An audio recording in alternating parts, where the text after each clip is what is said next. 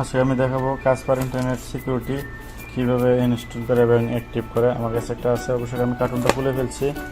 তারপরে এখানে আমার কাছে আছে সিডিটা আর সিরিয়াল কি আছে, অবশ্যই আমি একটাতে সেট আপ দিয়ে দিছি। আর দুইটা ডিভাইস করা যায় এবং 1 বছর চলে।